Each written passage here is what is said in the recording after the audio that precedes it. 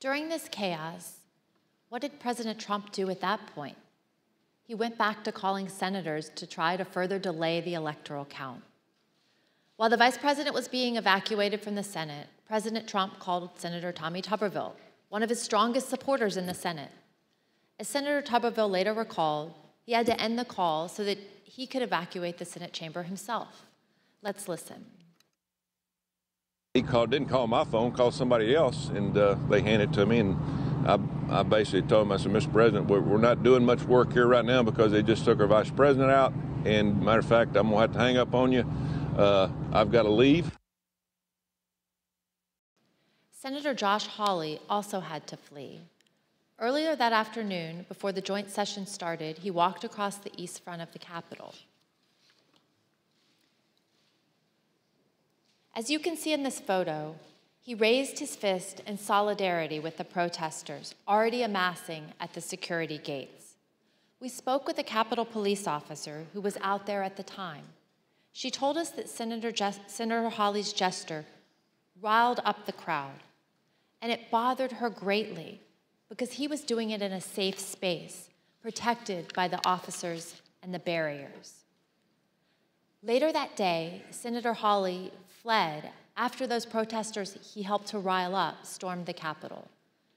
See for yourself.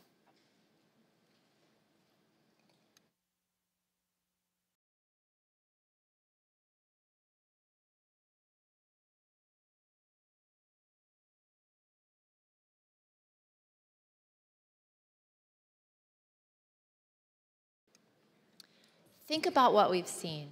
Undeniable violence at the Capitol. The vice president being evacuated to safety by the Secret Service.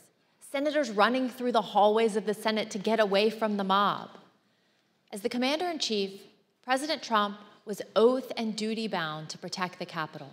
His senior staff understood that. Do you believe, Jared, that the president has an obligation to ensure a peaceful transfer of power? Yes. And do you think the president has an obligation to defend all three branches of our government? I believe so. And I assume you also would agree the president has a particular obligation to take care that the laws be faithfully executed. That is one of the president's obligations, correct? No, I mean, I asked what his duty is. Well, I mean, there's a constitutional duty.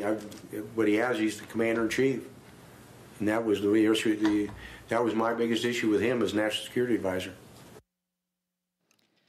Rather than uphold his duty to the Constitution, President Trump allowed the mob to achieve the delay that he hoped would keep him in power. I reserve. The gentlewoman reserves.